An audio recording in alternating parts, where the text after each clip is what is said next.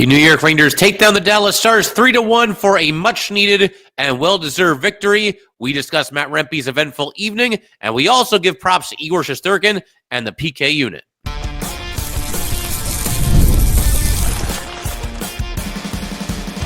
You're Locked on the New York Rangers, your daily podcast on the New York Rangers. Part of the Locked On Podcast Network, your team every day. Welcome back, Blue Shirts fans, to episode number 1209 of the Locked On New York Rangers podcast. I'm your host, John Chick. So I want to thank you guys, as always, for making Locked On New York Rangers your first listen every day. We are free and available on all platforms, including YouTube. And today's episode of Locked On New York Rangers is brought to you by FanDuel. You can start the season with a big return on FanDuel. New customers can place a $5 bet, and you will get started with $250 in bonus bets. If you win your first $5 bet, visit FanDuel.com to get started. And we are, of course, part of the Locked On Podcast Network, your team every day. So the Rangers go into Dallas. They get a hard-earned, well-deserved victory, 3-1 against the Dallas Stars. I think this is a game that you look at it and you can acknowledge the fact that it was far from perfect. There were times in this game where I thought the Rangers were certainly over-reliant on Igor Shesterkin. He ends up making a whole boatload of saves in this one, saves their bacon on multiple instances. We will certainly talk about Igor's performance a little bit later in this episode. There were also times where it just felt like it was way too easy for the Stars to get to the front of the Ranger net. And honestly, those two things I just mentioned kind of went hand in hand, the cause and the effect, so to speak, the Stars getting to the front of the Ranger net and Igor Shesterkin coming up big with some clutch point-blank saves. So there's things you can nitpick, but the bottom line, it's been a long time since the Rangers have beaten a team as good as the Dallas Stars. The fact that it's a come-from-behind win, the fact that it's a win where they overcome just a disastrous start, the fact that they beat a quality opponent. Let's go ahead. I think we owe it to ourselves to take a moment to enjoy this. It was not perfect, but bottom line, you'll take a win any way you can get it right now, especially on the road against a tough team such as Dallas. But I did want to kick off today's episode by talking about Matt Rempe because obviously, as we know by now, he's certainly a lightning rod. He has been ever since he made his NHL debut last season. And look, there's people that love Matt Rempe. There's people that can't stand Matt Rempe. But the one thing that I think you have to admit, however you may feel about him, there are very, very few players in this league that can get people talking about him with as little ice time as he receives as Matt Rempe. Even in this game, only 5 minutes and 32 seconds of ice time, but he was very, very noticeable, and that was even before the very controversial hit that he had later in the game that resulted in his misconduct, might even result in a suspension. We will see, and we'll talk about that in greater detail in just a minute here too. But I want to start off today's episode by talking a little bit about some of the positives that he brought to the table for the Rangers in this game. Obviously, he was called up. The Rangers in desperate need of a spark, a jolt of some kind, and Rempe, for the most part, I thought gave it to them. I tweeted this out while this game was going on. After just a couple of shifts for Matt Rempe, you could see that this guy looks faster than we've seen him in the past. He's zipping around. He's moving out there. His skating looks better than ever. I tweet out that he looks like he's the fastest player on the ice, and apparently a decent amount of Ranger fans happen to agree with me. He was moving. There's no doubt about that. He was punishing the Stars early in this game with some pretty clean hits. There was a massive hit that he had on his guy behind the Stars net. Rempe was just absolutely flying on this play. It just stands out so much because the Rangers have been so weak on the forecheck. So to see somebody actually fly into the offensive zone like a man on a mission and deliver a punishing hit and a clean hit, in this case, behind the net, that was obviously very nice to see, and just a breath of fresh air. The shift after this, he had another hit, and Trocheck followed up with a big hit of his own. Rempe and Trocheck actually led all skaters in this game with 5 hits apiece. And keep in mind, Matt Rempe's doing this with only 5 minutes and 32 seconds of ice time. And Peter Laviolette, after the game, obviously, there's going to be some Rempe-centric questions, and there were. But he mentioned that he felt like his team was feeding off of Matt Rempe and the physicality, and it showed in the hits department as well, because when this game was over and all the hits were tallied up, 28 for the Rangers, only 13 for the Stars. So the Rangers were the more physical team in this game. He does add some edge, and he does add some bite to the lineup. I don't think there's any doubt about that. But it's funny. I think we did get a little bit of an announcer jinx from Joe Micheletti late in this game, because in the third period, this was right before the controversial hit, Rempe went in once again on the forecheck, went into the corner there and absolutely just tattooed his guy against the boards. Again, a clean hit. And Micheletti gave him props for, laying off a little bit, knowing not to, take a penalty or anything of the like. But unfortunately, I believe it was on Rempe's very next shift after that, where that's exactly what happened. He puts a big hit on Heiskanen, and the Stars take exception to that. There's a big scuffle. Rempe probably shouldn't have done this. As he's going to the penalty box, he's holding his hand up to his ear and, basically just mocking the Stars crowd. I mean, again, he's a lightning rod. I guess he's going to do things like this. But they review it. He ends up getting the 5-minute major for elbowing and, of course, the game misconduct that comes along with it. And now we basically just wait and see what the league is going to decide as far as an appropriate punishment for Matt Rempe. Because honestly, I will be stunned given his fast-growing reputation and the fact that he got a 4-game suspension for something that seems somewhat comparable to this. I will be stunned if there's a suspension of some sort incoming for Matt Rempe. We will see. But I did want to give him some props here for something else that he did in this game that really stood out, and I know a lot of you noticed this as well. His ability to draw penalties. Never thought I'd say that about Matt Rempe. He drew 3 minor penalties in this game. Technically 4. I'll explain that in just a second. But, within a span of only about 7 or maybe 8 minutes, I think it was only 7 minutes, Rempe drew 3 minor penalties against the Stars in this game. Marchment tripped him. Lundqvist hooked him. Bischel slashed him. And again, that was in a span of about 7 minutes or so in the second period there. But the one that I wanted to highlight, Rempe was taken down in the Ranger zone. He's basically just trying to skate away with the puck, and then he gets tripped down to the ice. That obviously led to a power play for the Rangers. And this one was really impressive, too. I also want to mention this one. There was a situation where Rempe was breaking straight to the net. He received a pass, and he got behind everybody. I don't know that the Stars necessarily were expecting this from Matt Rempe, but he's going to the net. Now, the save is made, but this is where he drew the slashing penalty, and again, puts the Rangers back on a power play. So obviously great to see. And then the fourth penalty that I mentioned, where he drew 4 minors, that was after his elbowing for game misconduct. Obviously, the Stars jumped him at that point, and we had Hintz and Rempe kind of going at it back and forth, and they got matching minors on this play. So I don't know if you can really count that last one, but in the most literal sense, yes, Rempe did indeed draw 4 minor penalties all in the same game. But, the bad hit, the illegal hit away, the hit that is probably, and I would say rightfully, going to get him in some hot water with the NHL player of whatever it's called, the Department of Player Safety. There we go. Might get him in some hot water with them. But the bottom line, this is what Matt Rempe's here for. Again, minus the illegal hit there, or what I at least deem would be an illegal hit. He's here to knock people around, impose the Rangers' will, give them a jolt, give them a spark. And if there's ever been a time over the last handful of seasons that this team needs a jolt, that this team needs a spark, it's right here. And right now, obviously, they've been in a tailspin, losing 11 of their last 14 games prior to this one. And as I mentioned, a game-high 5 hits. He was tied with Vincent Trocheck there. By all accounts, Rempe had played well recently with the Hartford Wolfpack. Peter Laviolette said as much. So now he gets another chance with the Rangers. We'll see what's going to happen here. How many games will he be suspended? Once he serves the suspension, will they throw him right back out there? I mean, that's probably going to depend on how things are going for the Rangers between now and whenever Rempe gets back. And again, I don't know for sure that Rempe's going to get suspended, but just given the NHL's track record, and the fact that, when he got that 4-game suspension the last time, when that happened, I was thinking like maybe 2 games, they end up going with 4. But now that the bar's been set at 4, I feel like they're going to take it up another notch. I think he's going to get at least 5 games for this. I don't think he deserves 5 games. I think, maybe 2 games I think would be a fair punishment for that. But like I said, Rempe is building this reputation for himself, and I think the NHL is going to make an example out of him, and they want to get this kind of stuff out of the game, and I can't completely fault them for that either. But we'll see what happens. The other thing I want to mention here, and again, this might be a moot point due to the likely impending suspension, but I just wanted to call some attention to the timing of Matt Rempe's call-up. I just think it's interesting. Now, I do believe, once again, they just wanted a spark in general, so it doesn't really matter who you're playing. They're just trying to get a little bit of a boost to this team. But the timing is interesting because you've got this gauntlet of Ranger rivals coming up here. The next six opponents after this game against the Stars: Canes, Devils, Lightning, Panthers, Bruins, and Caps. Now, we have seen the temperature rise between the Rangers and all of those aforementioned teams multiple times over the years. So I think if there ever is a time to get Rempe back in the mix, it's pretty much right here and right now. And, who's to say at this point, after what happened in this game, how many of these games he's actually going to get to play in?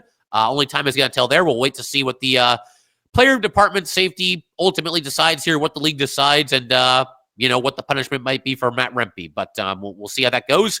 And just a second, we're going to turn the page and look at some lineup decisions, some curious decisions that the Rangers made regarding the lineup in this one. Also, the debut of Will Borgen. And we will talk about all that good stuff in just a second.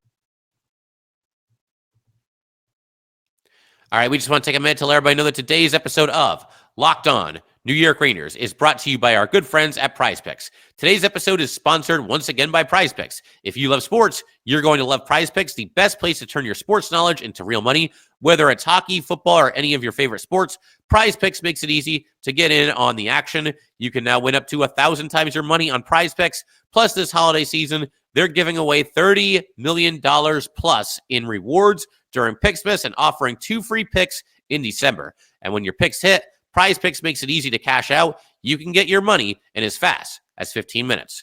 Download the app today and use code LOCKEDONNHL to get $50 instantly after you play your first $5 lineup. That's right, $50 instantly. PrizePicks, run your game. All right, let's go ahead and keep everything rolling here on Locked On New York Rangers. Huge shout out to the everydayers, as always. In our next episode, going to go ahead and break down whatever happens between the Rangers and the Canes. They play each other on Sunday at 12:30 Eastern time. And then, of course, the Rangers going to be back in action the day after that.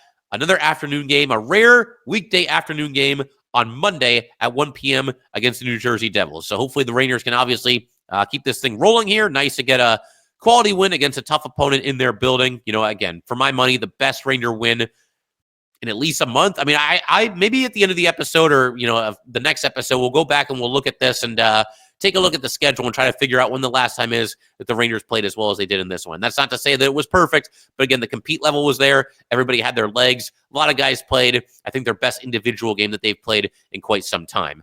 Looking at the lineup, it's pretty much what you would expect. The forwards were largely unchanged. In fact, they were completely unchanged other than Matt Rempe subbing into the lineup in place of Jimmy Vesey. And, of course, Artemi Panarin getting back into the lineup as well. So, yeah, there were some differences. Lafreniere no longer with Hedl and Cooley. They go back to the tried and true line of Panarin, Trocheck, and Lafreniere. And I thought this line had one of its best games of the season. And that's not even to say that they, lit the score sheet or anything like that. But these guys look dangerous. They were moving quickly, some really good passes, some creativity, a couple of dangerous looking rushes into the offensive zone. There was one instance where, Panarin thought that he had scored. I believe it was Lafreniere that fed him the pass, and the puck just didn't go into the net. It fooled just about everybody, including, I believe, the announcers. I think Micheletti thought it was in. Lafreniere and Panarin both thought that it was in. Puck just didn't go into the net. It is what it is. But Trocheck, we saw him score on the power play at least. And like I said, just some good puck movement, a lot of quality shifts for this line, I would say, in this game. Then you had Kreider and Hedl and Cooley, which is your second line. And overall, nothing too special from this line, but nothing bad either. I also want to shift our attention to the defense pairings because this is really a unique situation here.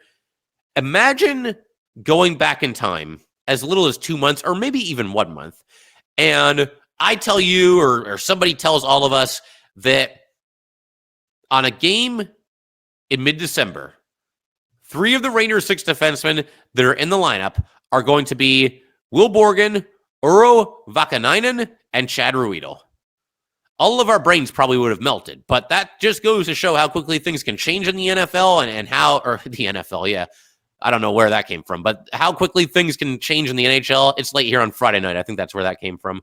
But anyway, yeah, how quickly things can change in the NHL. Obviously, the Rangers have made some moves here, and Chad Ruhwedel being in the lineup, I don't know. I mean, to me, it feels like Zac Jones really got the short end of the stick here. I feel like he's somebody that should be in the lineup. And very clearly in our last episode, I feel like I jumped the gun. I felt that Zac Jones had kind of earned his keep and earned his spot in the lineup. And the chances of him being a healthy scratch often were not really that high. And then lo and behold, he's a healthy scratch in the very next game. And as I mentioned just a minute ago in the last segment, Zac Jones, I like him. I think that he's been one of the better and more consistent Ranger defensemen this season. He hasn't really done all that well lately, but who on the Rangers has? Tell me somebody other than Will Cooley who's played well recently, before this game here. But, all these trade rumors are swirling around the Rangers, and we've obviously seen them already strike a couple of deals involving Jacob Trouba, involving Capo Caco. They're obviously both no longer here. And you're hearing other names like, Kreider, Riley Smith, whoever it might be, maybe even Keandre Miller, Jimmy Vesey's name was out there as well. I think Zac Jones is somebody to keep your eye on as well, just because it feels like the Rangers just will never commit to this guy. Every time that it feels like the door is open and there's finally a spot for Zac Jones, he'll get a little bit of run. They'll play Zac Jones until they have like another option that gives them a reason not to play him, if that makes sense. And because of that, it feels like he just isn't ever really going to be a regular in this Ranger lineup. I mean, maybe he will. It's at least possible. At the end of the season, he's an RFA with arbitration rights. But given the fact that the Rangers never seem to know what to do with this guy or never seem to want to fully commit to him for one reason or another, maybe the lack of size has something to do with it. But if that is the case, then maybe it's time to trade him as well, because I think Zac Jones, you're not going to get a massive return or anything like that, but as part of a package deal, that could work. And Zac Jones is somebody that could have some value to some other teams. They could see him as, somebody that they could sort of buy low on at least a little bit. This is somebody that's a good puck-moving defenseman. It's somebody that's capable, I think, of quarterbacking a power play unit. There's other teams out there that, don't have an Adam Fox to quarterback their top power play unit. And maybe somebody like Zac Jones steps in there and is able to fill that role for another team in the NHL. We shall see there.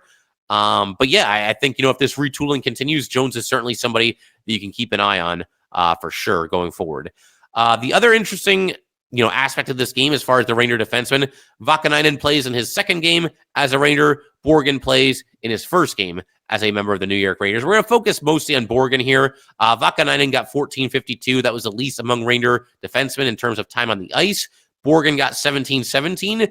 That was more than only Vakanainen and Ruedel among the defensemen. But that sounds about right. That's to be expected. Borgen was out there with Braden Schneider.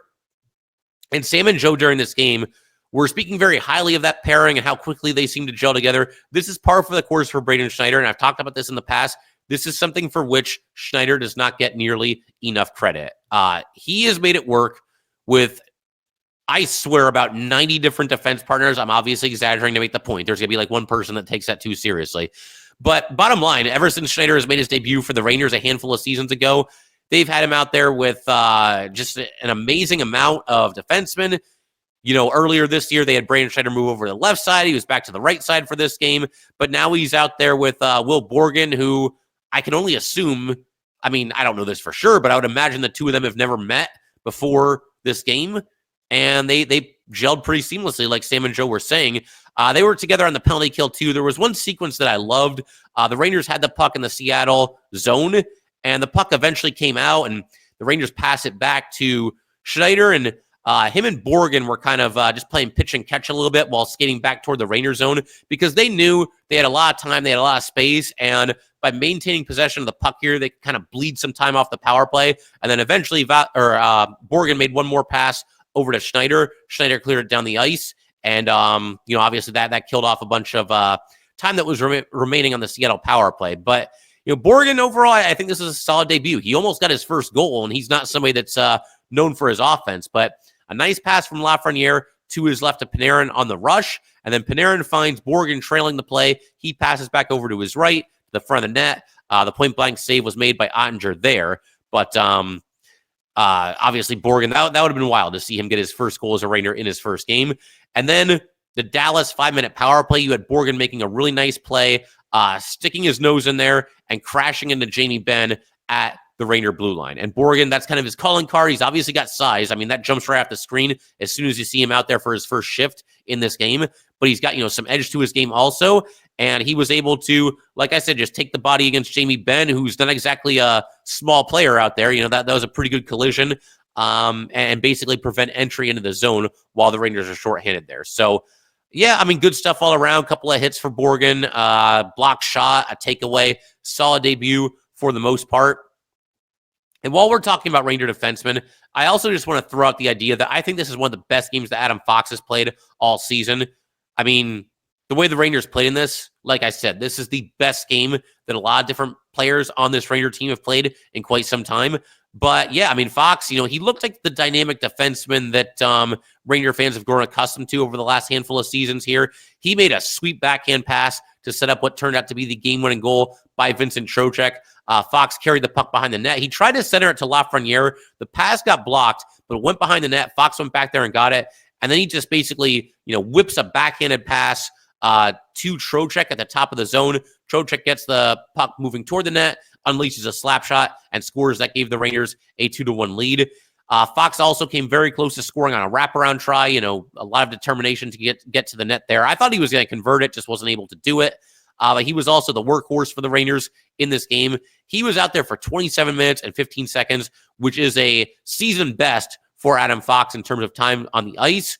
And look, Fox is always important for the Rangers. I think that pretty much goes without saying. And he's been one of many players that have slumped during this recent dry spell here. But Fox's importance increases tenfold when you take a look at the state of the Ranger blue line right now. Obviously, Trouba is no longer here. Keandre Miller is currently hurt. So however you feel about how either or both of those players have played this season with the Rangers, the bottom line, you're still missing two guys that are typically in your top four. And you've also got a couple of new guys. Vakanainen, like I said, that was his second game. And Borgen, that was his first game with the Rangers. So it's kind of all over the place. Chad Ruhwedel's in there now too. And it's a little bit shaky on the Ranger blue line.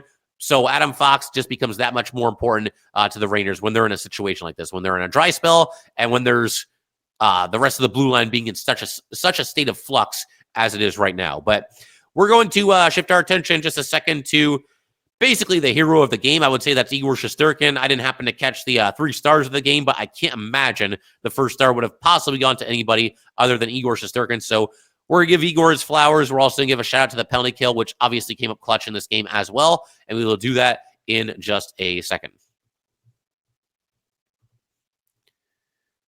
All right, we just want to take a minute to let everybody know that today's episode of Locked On New York Rangers is brought to you by our very, very good friends over at FanDuel. The NFL playoffs are almost here, but it's not too late to get in on the regular season action with FanDuel, America's #1 sportsbook. Because right now, new customers can finish the season strong with $250 in bonus bets if your first $5 bet wins. FanDuel has so many ways for you to pick up a W. It's fun betting on players, which will score a touchdown, as well as how many points each team will score. So just visit FanDuel.com to join today. That's FanDuel.com for your chance at $250 in bonus bets. Make every moment more with FanDuel, an official sportsbook partner of the NFL.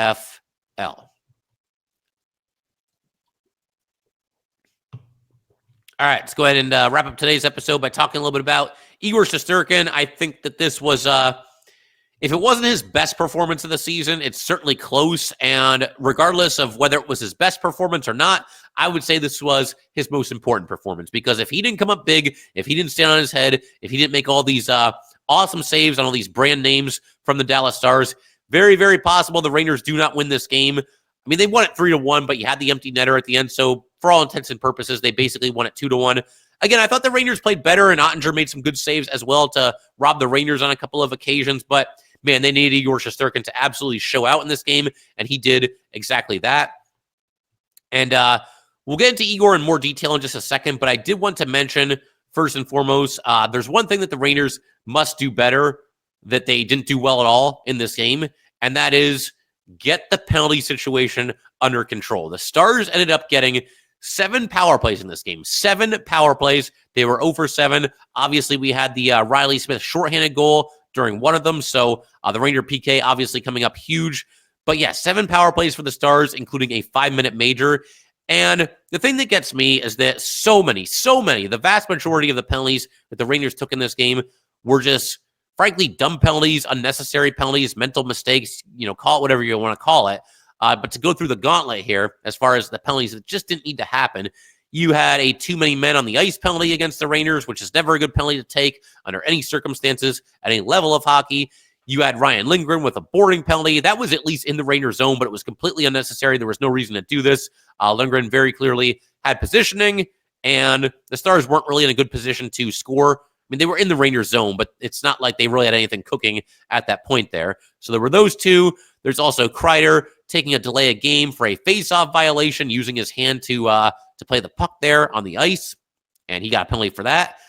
And then Filipino with a hook in the offensive zone, didn't need to do that. And then obviously the aforementioned Matt Rempe 5-minute elbow major, that didn't need to happen either. But look, obviously, Igor Shesterkin and the penalty kill were just on a completely different level in this game. The final tally for Igor Shesterkin, he stops 41 of 42 shots. And I mentioned this earlier, but I think it bears repeating because it's just such a mind-blowing stat. He had 21 saves while the Rangers were shorthanded in this game. But yeah, I mean, Igor did it all. Bailed out the Rangers on several occasions where they left the front of the net wide open. There's times where he was one-on-one with a Dallas skater, right on the doorstep there, and just stuck with them all the way to make a save, or in some cases, 2 saves, the initial save and then the save on the rebound. Kept the puck out on a couple of different rebound attempts.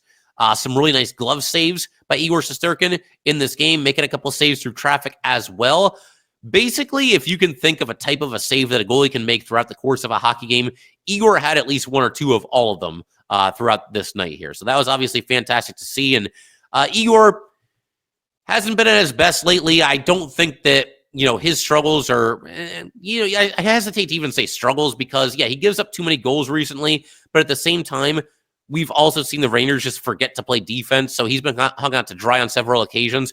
But wherever you put Igor Shesterkin on the list of Ranger issues in recent history, I don't think it's really all that close to the top of the list. And obviously in this game, hands down, the biggest reason why the Rangers won this game, got out of there with 2 points, and stopped the bleeding at least for one night. And hopefully they can obviously build on this. But, the PK, they were there too. We got to give some shout out to some of the guys that, really put in some work when the Rangers are shorthanded.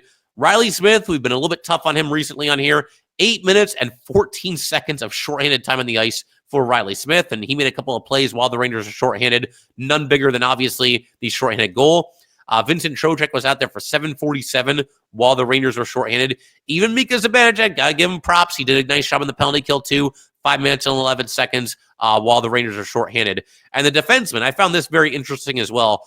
All 6 Ranger defensemen, while the Rangers are shorthanded, they got between 4 minutes and 31 seconds and 6 minutes and 50 seconds time on the ice while the Rangers were shorthanded. Fox led the way, to no one's surprise, with 6:50 while the Rangers are shorthanded, and Vakanainen was right behind him with 6:39. So obviously very nice, and nothing bigger than that 5-minute major that the Rangers killed off. A lot of guys making plays there. We talked about Borgen standing up Jamie Benn when Ben was trying to gain the blue line.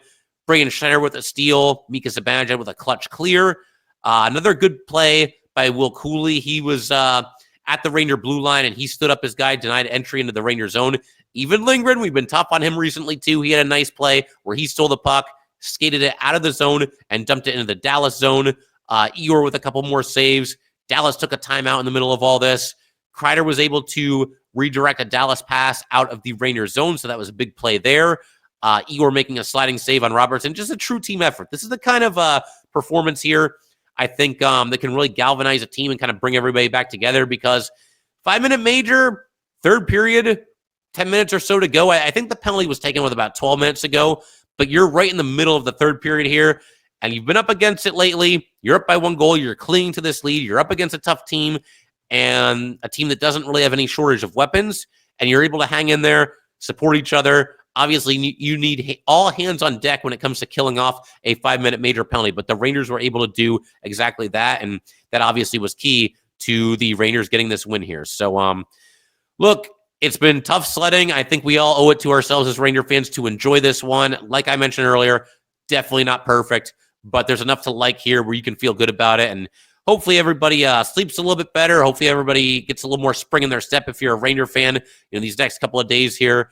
But to really make this count, you got to keep it going, man. You can't come out on Sunday and just lay an egg against the Canes. Obviously, that's a really tough team and a really tough test for this Rangers squad, but you got to bring it, and you got to find a way to start stringing some wins together, because God knows they've strung enough losses together. So, let's start putting some wins together. I don't even want to look at the schedule right now and try to figure out when the last time is that the Rangers won back-to-back games. It certainly hasn't been any time recently, but yeah, figure we can call it there. If you guys would like to get in touch with this podcast, please send an email to lockedonnyrangers@gmail.com. Once again, that is lockedonnyrangers@gmail.com. Definitely give us a follow on Twitter as well, @LO_NY_Rangers. Once again, that's @LO_NY_Rangers. And definitely subscribe to Locked On New York Rangers YouTube channel. Thanks again, guys. I will see you next time.